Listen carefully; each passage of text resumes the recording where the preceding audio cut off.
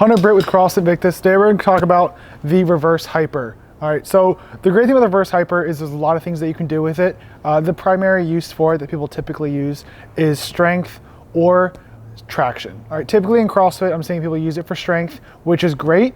But the piece that we're missing a lot is kind of tractioning and stretching the lower back. All right, but with that, I want to make sure that the whole time, whether what I'm using it for is strength endurance, traction, whatever it is I'm keeping tension on the strap as I pull and kind of go back down with it. Okay, in the reverse hyper, it's totally fine to go ahead and start some starter swings to get the thing moving because it is quite a bit of weight.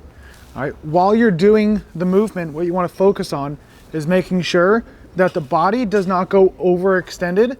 So I want the body to get to a flat position, but that might not necessarily mean it's parallel to the floor.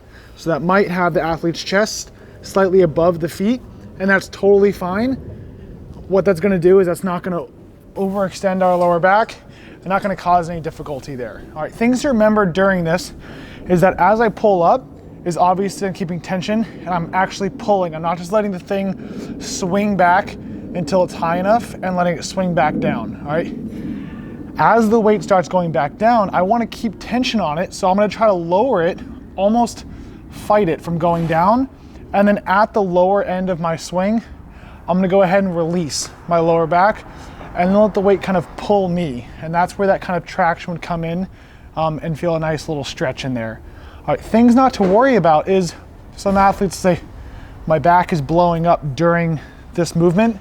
That's totally fine. That's what we are kind of training. We're working on the glutes and the hamstrings and the lower back. If your lower back starts getting tight, do not be concerned, that will happen.